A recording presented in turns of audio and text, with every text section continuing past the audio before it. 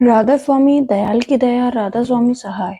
प्रेम पत्र राधा स्वामी पहला भाग वचन 20वां। हुजूर महाराज जी फरमाते हैं कि नेत्र के स्थान से सूरत को अंतर में चढ़ाना यही सच्चा मार्ग उद्धार का है। वचन पहला। हर एक आदमी को चाहे मर्द होवे या औरत जो दुनिया के हाल को गौर से देखता है और जो कुछ की हालतें जीवों पर गुजरती रहती हैं, विचार के साथ उन पर नजर करता है तो उसको थोड़े से सोच और विचार से मालूम होगा कि इस दुनिया में कोई चीज ठहराव नहीं है और यहाँ थोड़े दिनों का वास है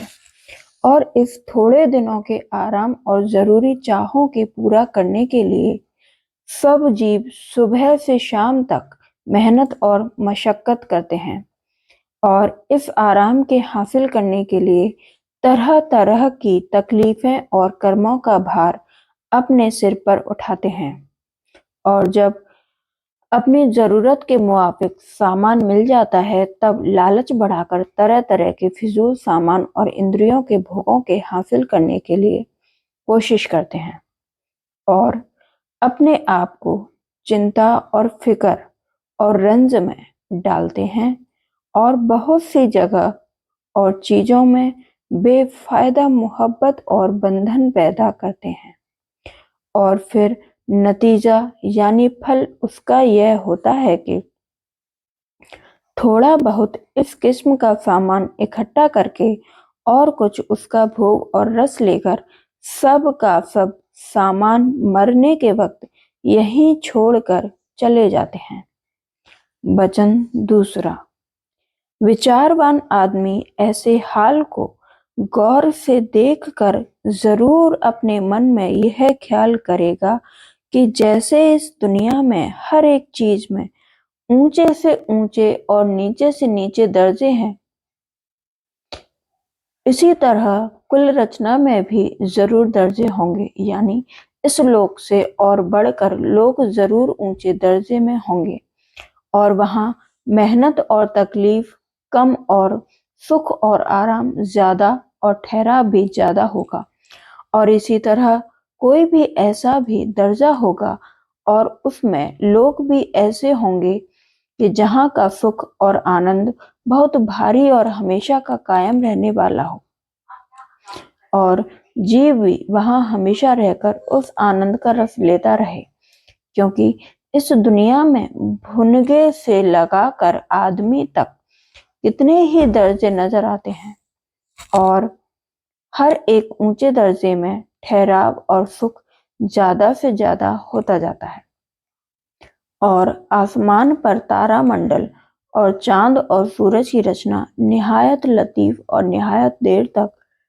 कायम रहने वाली नजर आती है। वचन तीसरा। ऐसा विचारवान आदमी अपनी हालतों को भी जो हर रोज उसके ऊपर गुजरती है गौर से ख्याल करेगा और उनसे वह नतीजे जो आगे लिखे जाते हैं निकालेगा। वचन चौथा। पहली हालत जागृत की कि जिसमें यह आदमी इंद्रियों के स्थान पर खासकर आंखों के तिल में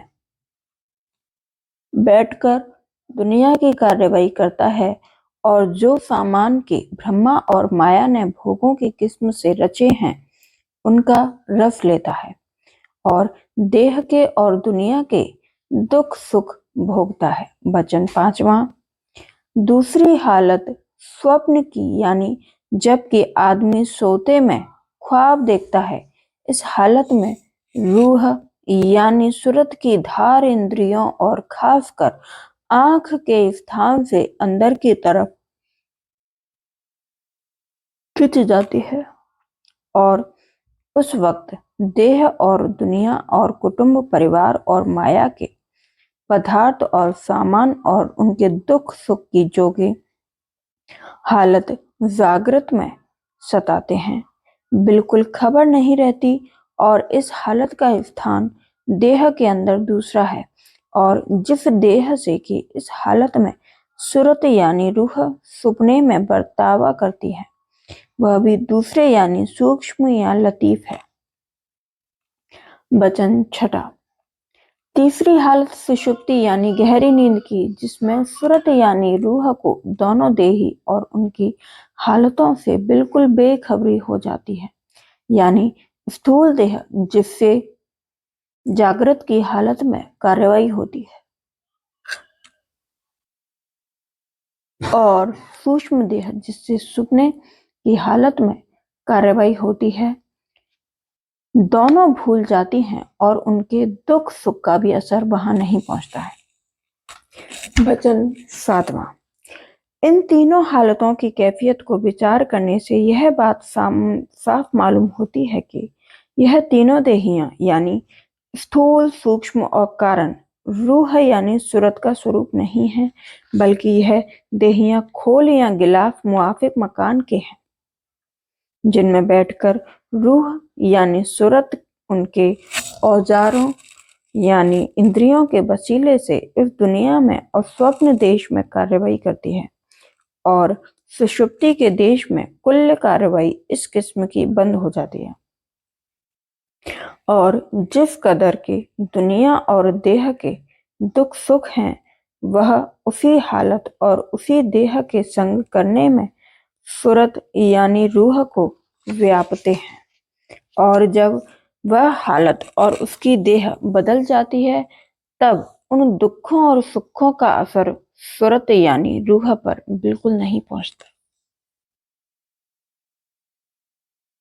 वचन आठवां। इस नतीजे से यह बात साफ जाहिर होती है कि सूरत यानी रूह एक जुदी वस्तु यानी चीज है और देह जुदी चीज है, और सूरत के देहियों का संग करने और उनके औजारों यानी इंद्रियों के वसीले से बाहर की रचना के पदार्थों का रस लेने और उनमें मन को बांधने और लगाने से दुख सुख भोगना पड़ता है। वचन नौवां। जो सूरत इस तरफ से यानी मन और इंद्रिय और देहियों और भोगों की तरफ से चित्त को हटाकर अंतर में अपने निज रूप की तरफ, जो सुषुप्ति अवस्था यानी गहरी नींद की हालत के परे है, और फिर उस निज रूप के भंडार की तरफ जो कि माया की हद के पार है, और वही सच्चे मालिक और सर्व रचना के पिता का धाम है, शौक के साथ तवज्जो करें तो उसको अपने निज रूप का आनंद और सुख हासिल होने लगे, और दुनिया और देह के दुख सुख से निवृत्ति यानी अलहदगी, जिसको मुक्ति कहते हैं, फौरन हासिल होती हुई मालूम होने लगे। वचन 10वां। सूरत यानी रूह और उसका भंडार सर्व आनंद और सर्व सुख और चैतन्य शक्ति का खजाना है, और उसी की धारों से जब वह इंद्रियों के स्थान पर आकर ठहरती है, हर एक इंद्रिय के भोग का रस मालूम होता है, और जो वह धार न आवे तो कुछ मजा या स्वाद मालूम नहीं हो सकता है। वचन 11वां। यह बात हालत स्वप्न के विचारने से अच्छी तरह साबित हो सकती है, क्योंकि उस हालत में रूह यानी सूरत सब इंद्रियों की कार्रवाई उसी तौर पर जैसे कि जागृत अवस्था में करती है, बदस्तूर करती है, और उसी तरह का आनंद और स्वाद हर एक इंद्रिय की कार्रवाई में मालूम होता है, जैसे कि हालत जागृत में। तो इससे साफ जाहिर होता है कि यह सब रस और सुख और आनंद रूह यानी सूरत की धार में है, और बाहर के पदार्थ सिर्फ एक वसीला उस धार के इंद्रिय के मुकाम पर अंदर से खींच कर लाने का है, यानी आदमी के अंदर में सब रस और स्वाद और आनंद हर तरह का और ताकत उसके भोगने की मौजूद है। वचन 12वां।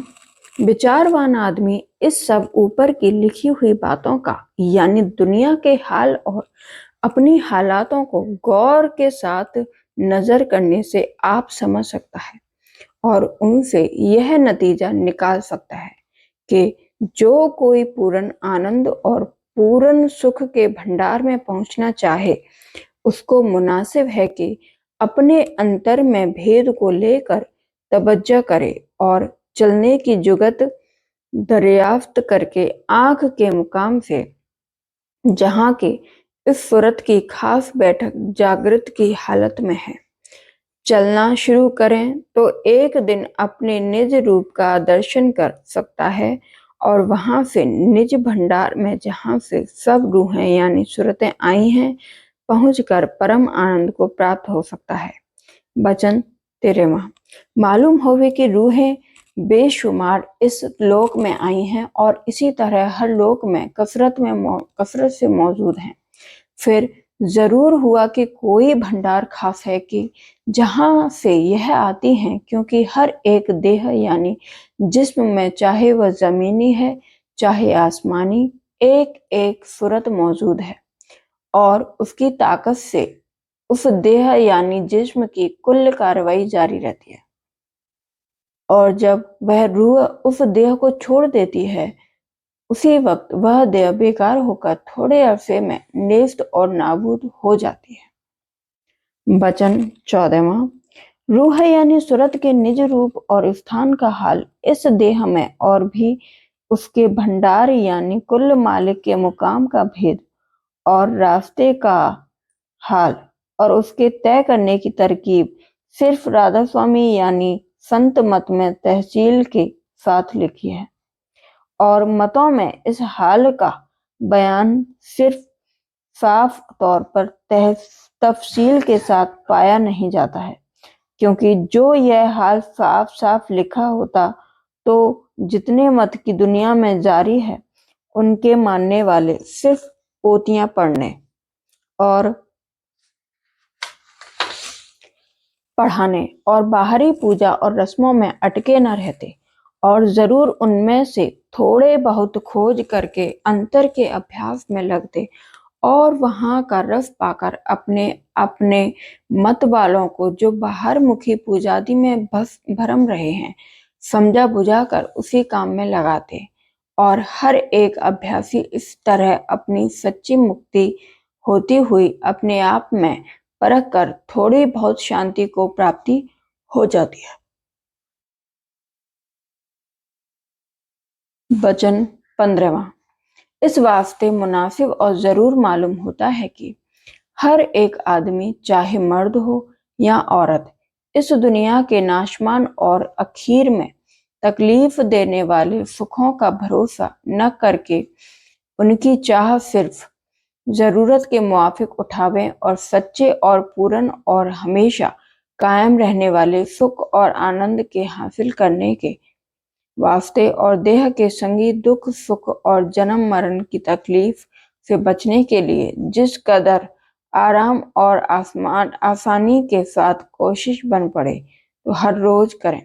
और इस काम के करने के वास्ते मुआफिक उपदेश राधा स्वामी मत के यह जरूर नहीं है कि कोई आदमी अपना घर बार और कुटुंब परिवार और उद्यम और रोजगार को छोड़ दे सिर्फ इतना दरकरार है कि फिजूल चाहे संसार के भोग विलास और नामवरी की छोड़कर प्रेम और उमंग के साथ थोड़ा बहुत अभ्यास उस आसान युक्ति का जो राधा स्वामी दयाल ने अब जारी फरमाई है और जिससे किसी किस्म का खौफ और खतरा नहीं है। हर रोज 1 घंटा या 2 घंटे या ज्यादा 2 हफ्ते या 3 हफ्ते करें तो उसका फायदा अभ्यासी को थोड़ा थोड़ा शौक सच्चे मालिक की दया से अंतर में परिचय पाकर दिन दिन बढ़ता जाएगा। इस तरकीब से यह एक निज धाम में पहुंचकर सच्चे मालिक राधा स्वामी का दर्शन मिल जाएगा। वचन 16वां। और जो कोई सच्चे मालिक की खोज अपने घट में नहीं करेगा और सूरत शब्द योग की जुगत को वास्ते हासिल होने वास्ते हासिल होने, दर्शन सच्चे मालिक के और पहुंचने, धुर धाम के दरियाफ्त करके उसकी कमाई नहीं करेगा और सिर्फ मजहबी किताबों के पढ़ने और बाहर की पूजा और परमार्थी रस्मों में अटका रहेगा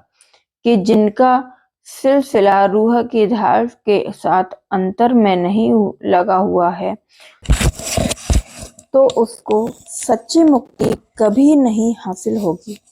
और जन्म न जन्म मरण के चक्कर और माया की हद से बाहर जावेगा। इसी लोक में या और ऊंचे नीचे लोकों में जन्म पाकर सुख दुख भोगता रहेगा और यह उत्तम नरदेही जिसमें सच्चे परमार्थ की कमाई हो सकती है, मुफ्त बर्बाद जावेगी और आखिर वक्त पर अफसोस और पछतावा कुछ फायदा न देवेगा। इस वास्ते हर एक आदमी को जो अपने नफे और नुकसान का तमीज कर सकता है, मुनासिब है कि जहां दुनिया के सब काम करता है और रोजगार के लिए मेहनत सख्त उठाता है, अपने जीव के कल्याण के लिए भी कुछ थोड़ी बहुत कार्रवाई 2 घंटे 3 घंटे हर रोज बिला नागा किया करे। इसमें उसका और उसके परिवार का फायदा इस दुनिया में और बाद मरने के परलोक में होगा और बहुत सी तकलीफ और दुखों से राधा स्वामी दयाल की कृपा से सहज में बचाव हो जाएगा। राधा स्वामी दयाल की दया, राधा स्वामी सहाय, राधा स्वामी।